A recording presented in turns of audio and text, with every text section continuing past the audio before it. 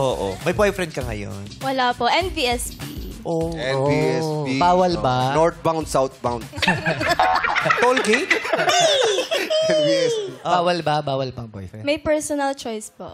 Okay. Gusto ko po kasi first and last. Oh, yun yung Oh, date to marry. Yes, date to marry. Ayaw mong yung mag-explore, mag-experience. Before po, pero hanggang MU lang po yung kaya ko pong ibigay. Pero maraming nang-liligaw. Opo, may mga nagtatry po. Pero hindi ko po muna ini-entertain. Ano sinasabi sa kanila? Sorry, hindi ako mag-boyfriend. Oh. Siguro po, hindi ko na muna po sila pinapansin. Kasi ayoko pong panakit ng tao. Ng Ayaw mo damdamin. mag-fall din Yes. sila. Pero na-in love ka na. Iba kasi yung nagka-relasyon sa na-in love. Ikaw ba ay na-in love na? Yung nakaramdam ka na ba yung parang, yung ang oras mo, nauubos sa kaiisip sa kanya, kahit hindi mo sinasadya. Gumagawa ka ng assignment pero naiisip mo siya. Tapos yung text niya, ang laking bagay sa'yo.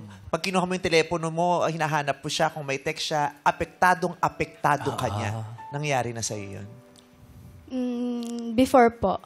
Thank you. Ay, nangyari na po sa akin Before? po. Nung high school po ako. High school. So, paano? Hindi ba siya nagparamdam sa ng panahon na yun?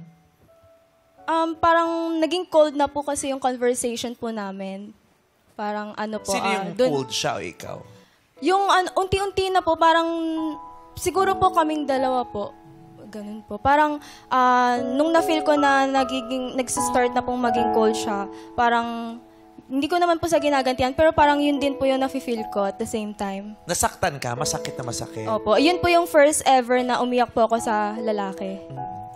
Di ba nga, hindi mo raw masasabing na in love ka o nagmahal ka kung hindi ka labis na nasaktan sa dulo.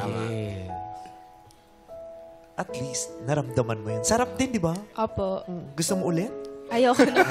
Ayoko. Pero nakaka-crush ka naman ngayon. Kapag may nakita ka, nakaka-crush ka. Opo, happy crush. Oo. Happy ka. Normal lang naman. Yung na-attract ka. Opo. Kaninong artista ka na-attract? James Reid. Ay, ang bilis na sagot. Mabilis. Oo. Best friend ni Ryan bang yun? Kung meron kang magkakaroon ka ng girl crush, sino yun? Nadine Lustre. Ay. JD. JD Panega. Yun ang kinalaman siguro. Ako din, may time inabats ko yung Otwald era. Grabe ko nung With the Otwald Tyler era, yes. soundtrack. At saka mabait yung dalawang yun. Magaganda silang mga tao.